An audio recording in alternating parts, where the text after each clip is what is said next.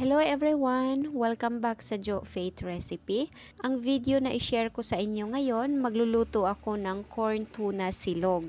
At eto yung mga kailangan nating ingredients para dito. 4 cloves ng garlic, chopped. 1 large ng onion, i-chop natin siya ng pa-small cubes. Pero pwede rin kayong gumamit dito ng white onion kasi yung gamit ko dito, red siya kasi yun yung available ko dito sa bahay. Kung meron kayong white onion, pwede yon at pwede ring damihan. So, depende na sa inyo. Gagamit rin tayo dito ng isang pirasong itlog, 2 pirasong green chili.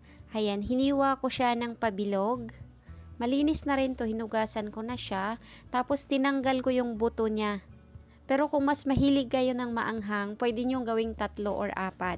Pero yung 2 para sa akin, tamang anghang na po ito. Gagamit rin tayo dito ng 2 pirasong calamansi.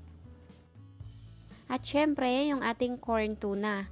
Bali 180 grams ito. Ito yung malaking can. Itong corn tuna na gamit ko, spicy flavor siya. Pero meron namang nabibili na hindi spicy. So, kayo na bahala doon.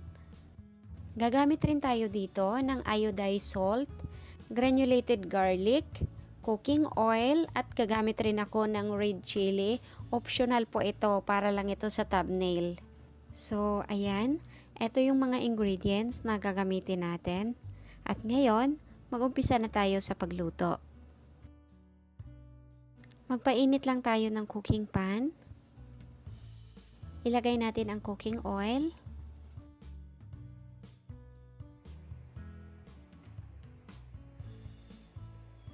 Once na mainit na ang cooking oil, ilagay natin ang garlic.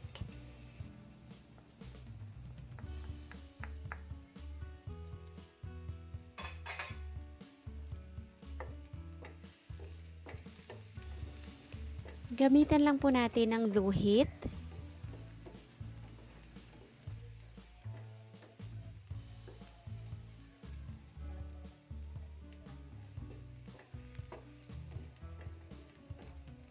At once na golden brown na ang garlic, isunod natin paglagay ang onion.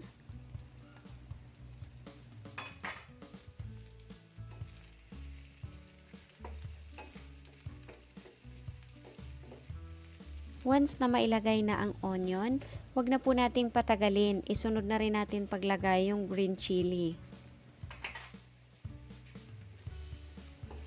Ang gamit ko ditong apoy, luhit lang po ang settings. So, hindi naman kailangan ng medium kasi dahan-dahan lang yung pagluluto nito. Ngayon, ilagay na rin natin sa gitna yung ating corn tuna.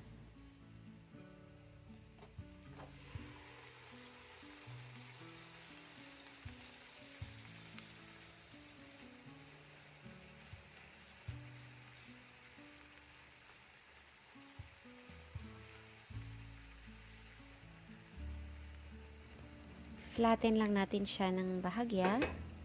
At hindi na po kailangang takpan to. Kasi kailangan natin siyang baligtarin maya-maya.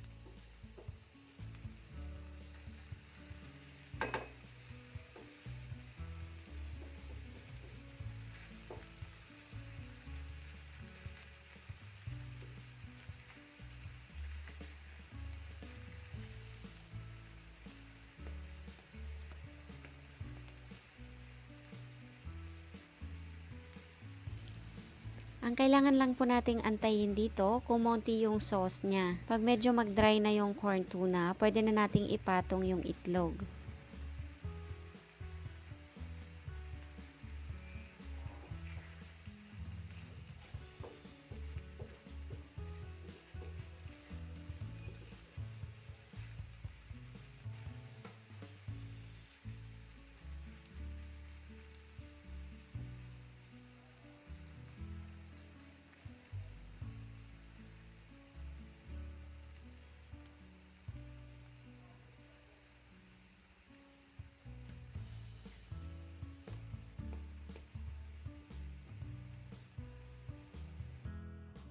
Pag ganito na siya, ito na yung inaantay natin. Ngayon, ilagay na natin dito yung itlog. Diyan banda sa gitna. Ayan.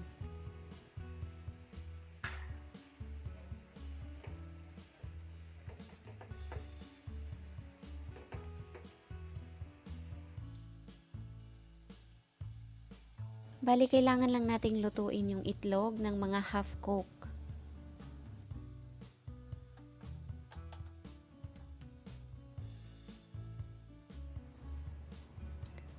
Ayan, ito yung ating iodized salt. Magpapatak tayo dito ng konti, paikot. Ayan.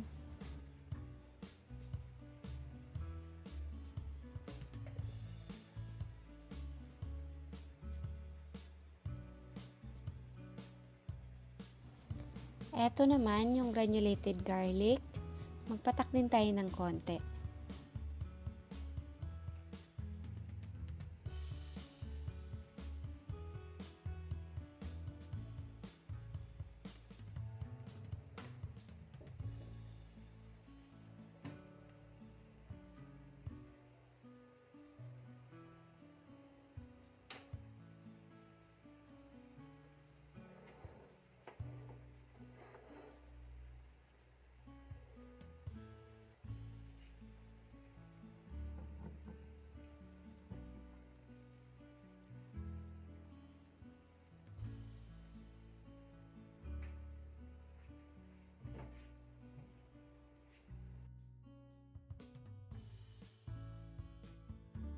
Once na ganito na ang itsura ng itlog, pwede na nating i-turn off yung apoy kasi luto na to. At ayan, eto na po yung ating corn tuna silog.